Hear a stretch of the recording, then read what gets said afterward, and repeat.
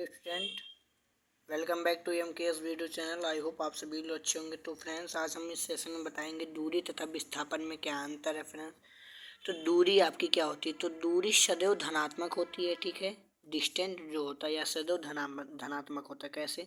तो जैसे यहाँ से मान लीजिए आपने ए बिंदु से चलना स्टार्ट किया, बी बिंदु पे आपने जाके रुका, ठीक है। तो यहाँ से यहाँ तक की बीच की दूरी क्या है? 5 किलोमीटर है, ठीक है। तो आपने जब यहाँ से गए, आप यहाँ से स्टार्ट किए, जाना प्रारंभ किए, तो यहाँ पे जाके आपने बी पॉइंट पे रुका है। तो आपका यहाँ पे कितने किलोमीटर आप यहाँ से चले थे? तो यहाँ पे 0 आपका था। फिर यहाँ पे जब आप इस साइड गए, मतलब इस छोर पे गए, तो आपने 5 किलोमीटर की दूरी तय की है, ठीक है। 5 किलोमीटर की दूरी तय की है। फिर यहाँ से जब आप इस साइड आएंगे तो तब भी 5 किलोमीटर दूरी रहेगी। मतलब यहाँ से आप स्टार्ट किए, फिर आप इस साइड आएंगे, मतलब 5 किलोमीटर आपने गया, फिर से 5 किलोमीटर आपने आया। तो मतलब 5 5 10 किलोमीटर आपने आया और गया है, ठीक है। आया और गया है।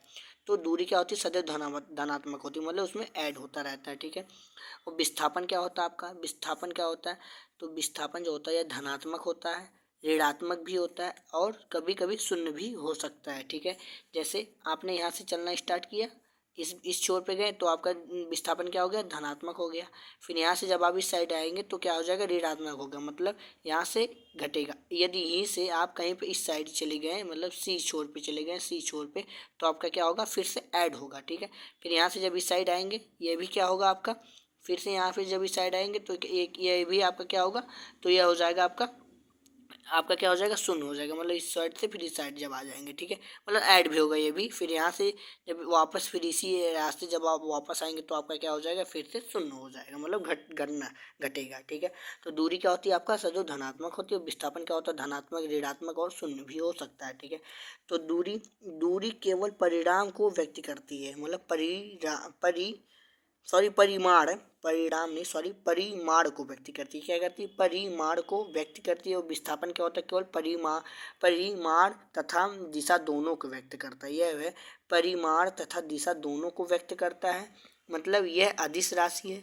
इसके कहने के हिसाब से क्या है? अदिश राशि। अदिश राशि में केवल परिमाण होता है, दिशा नहीं होता है। और सदिश राशि में क्या होता है? परिमाण और दिशा दोनों शामिल होता है, ठीक है।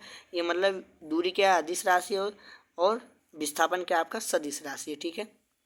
फिर इस प्रकार से आगे देखिए, इसका मान शून्य नहीं हो सकता, मतलब दूरी का मान कभी शून्य नहीं हो सकता। इसका मान शून्य हो सकता, हमने आगे बताया था, ठीक है। मतलब एक टॉपिक है भी हमने। फिर दूरी बराबर हमारा सूत्र क्या होता है? तो दूरी बराबर होता है 4 गुणे समय। दूरी बराबर क्या होता है? 4 गुणे समय। और विस्थापन बराबर होता है वेग बटे समय। वेग गुणे समय। विस्थापन बराबर क्या होता है? वेग गुणे समय। इसका मात्रा क्या है? मीटर प्रति सेकंड होता है। और इसका भी मात्रा क्या होता है? मीटर प्रति सेकंड होता है।